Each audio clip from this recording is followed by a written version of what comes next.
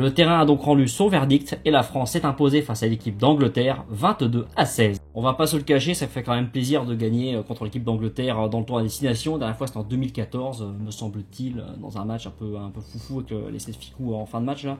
Bon là niveau essai, on n'a pas été super servi, 2 essais, dont un essai de pénalité. Voilà, l'un des meilleurs marqueurs du championnat de France a frappé donc au Stade de France pour l'équipe nationale. Voilà, il a été sélectionné sur la feuille de match, on ne savait pas. Voilà, donc pénalité, voilà. Essai de pénalité et carton jaune pour Watson, voilà, pour une cravate sur, comment on l'a mis, Benjamin Fall. Bon, il n'y a pas besoin de ça, le pauvre, hein, il est souvent blessé, c'est pas la peine d'en rajouter.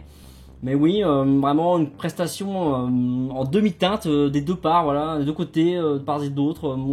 L'Angleterre a un peu emprunté pendant un long moment et qui s'est reprise notamment lorsque Farrell a remplacé Ford poste pour poste et remonté dans la ligne d'attaque pour devenir demi-ouverture. Donc la sortie de Ford qui était demi-ouverture habituelle, enfin qui est demi-ouverture de l'équipe d'Angleterre.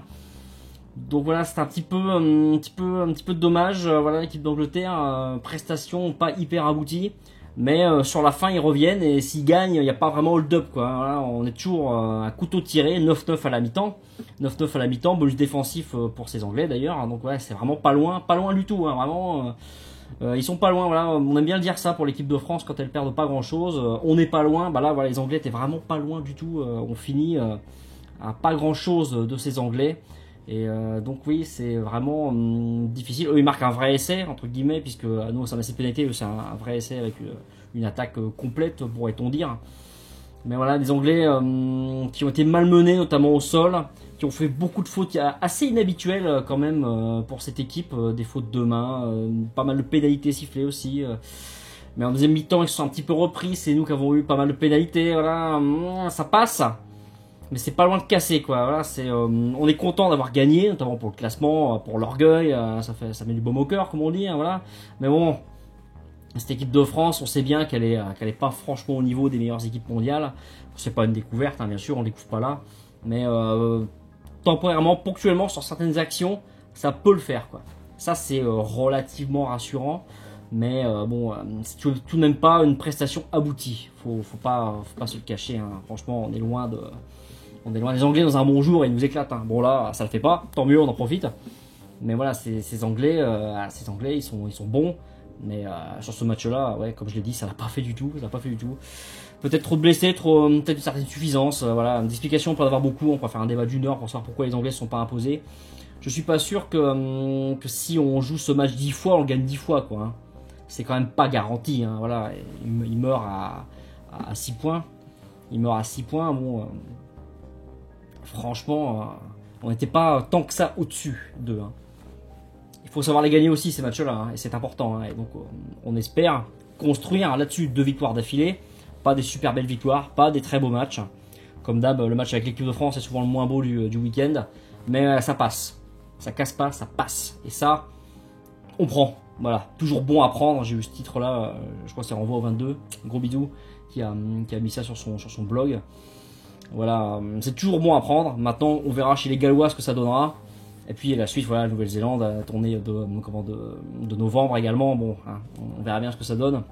On ne se fait aucune illusion après ce match. Hein. On ne se fait aucune illusion. En petit progrès, voilà. En petit progrès, mais avec les moyens dont on dispose, peut-on réellement espérer mieux pour l'instant? Vu le contexte avec Guinoves, viré, etc. Est-ce qu'on peut franchement espérer mieux? À mon avis, non.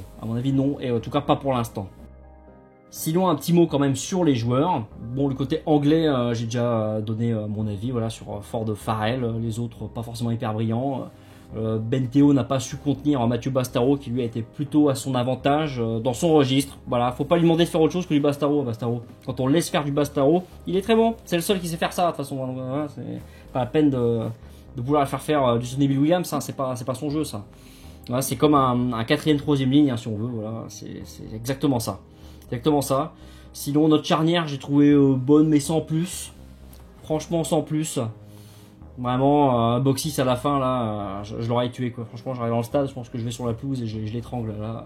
Le dégagement qui sort pas, ça on donne un joker à l'équipe d'Angleterre, quoi. Ça c'est, et s'ils se refont la cerise là-dessus, je te raconte pas, quoi. Ah, le bordel. Nos avants intéressants, notamment Camara qui confirme voilà, qu'il est au niveau. Physiquement déjà, parce qu'on commence par ça, hein, par la base. Mais sinon techniquement ça va, pas trop de fautes. Slimani est trop pénalisé, trop d'en avant, trop de déchets dans son jeu. J'aime beaucoup Rabat Slimani, mais les limites apparaissent.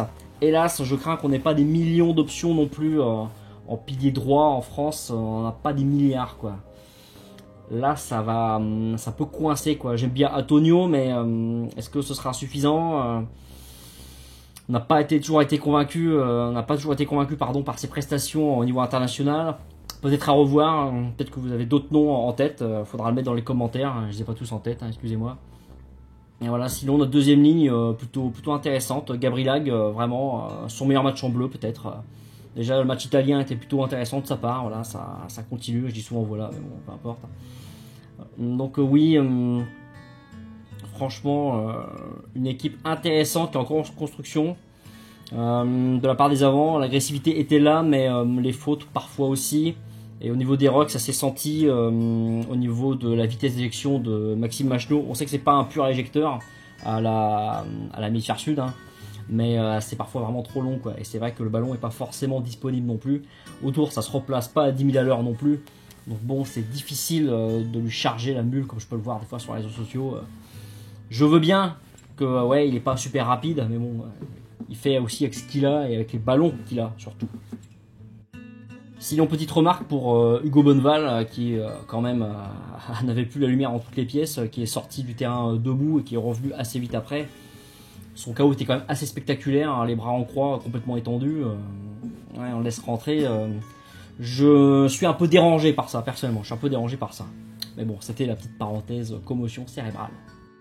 Sur ce, je vous laisse et je vous retrouve bientôt. Ciao, bye!